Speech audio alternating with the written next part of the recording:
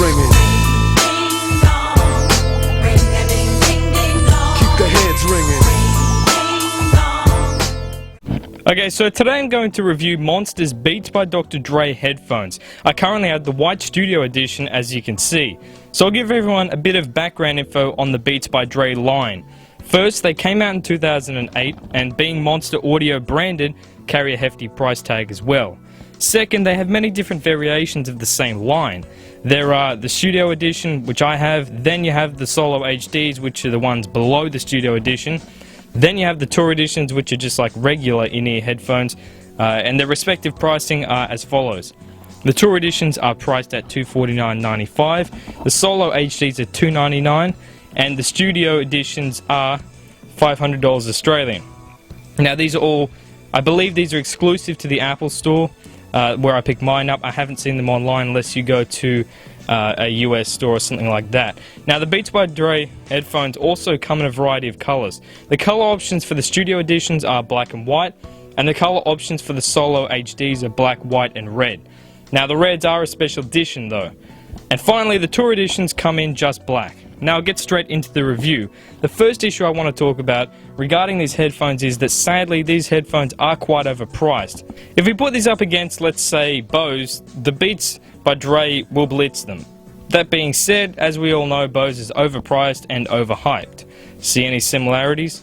Yeah, and the manufacturer for these headphones is Monster, makers of the infamous $300 to $500 gas-injected performance HDMI cable. Now if you know anything about technology, you know that all HDMI cables are the same, as they carry digital signal as opposed to the previous generation analog component cables. Anyway, the point I'm trying to make is that the first big con about these is the fact they're heavily overpriced and a bit overhyped. For the same price, you can get the Bowers & Wilkins P5 headphones, which honestly run circles around these in general performance. Of course, disconcerting niche markets like rap. I'll discuss this later on. Now, I'm not trying to say these headphones are bad in any way. They are great, the bass is great, and the vocals are amazing. I'll elaborate on all this later in the review. The second con is that the build quality is substandard. The main component of construction is plastic, sadly, in comparison to metal on the Bowers & Wilkins P5, plus the carrying case is quite bland. The batteries aren't rechargeable as well, and the ear cups are quite a tight fit for regular ears. But those four issues are the only issues I have with the headphones. The reason I'm scrutinizing the headphones so much is because of their price tag, hype and brand. I want to give a non-biased review. Now, contrary to its faults though, its pros are plentiful. I've been listening to Snoop Dogg's Ego Tripping, Dr. Dre's 2001 album and Hunger for More 2 on these headphones.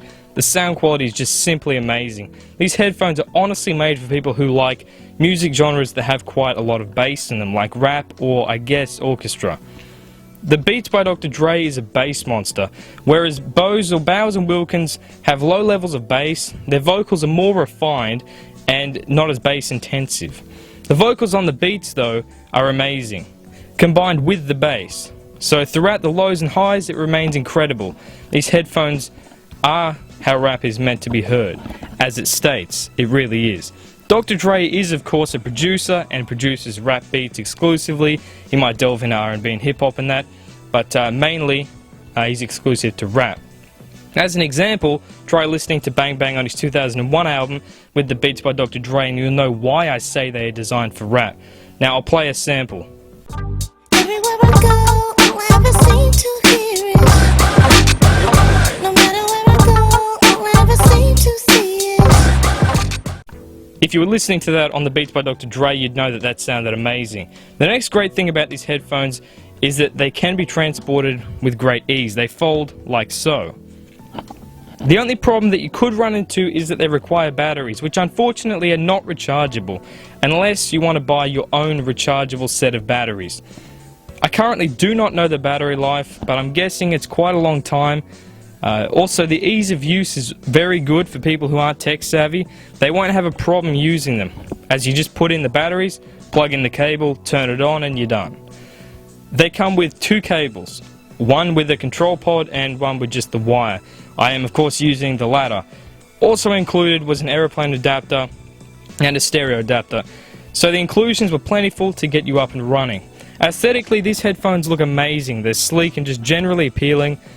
In terms of design, I prefer these to any other set of headphones, hands down. When I first was considering getting these headphones, I was weary because of the mass marketing revolving them, with Monster being the manufacturer and Dr. Dre of course being the face of it.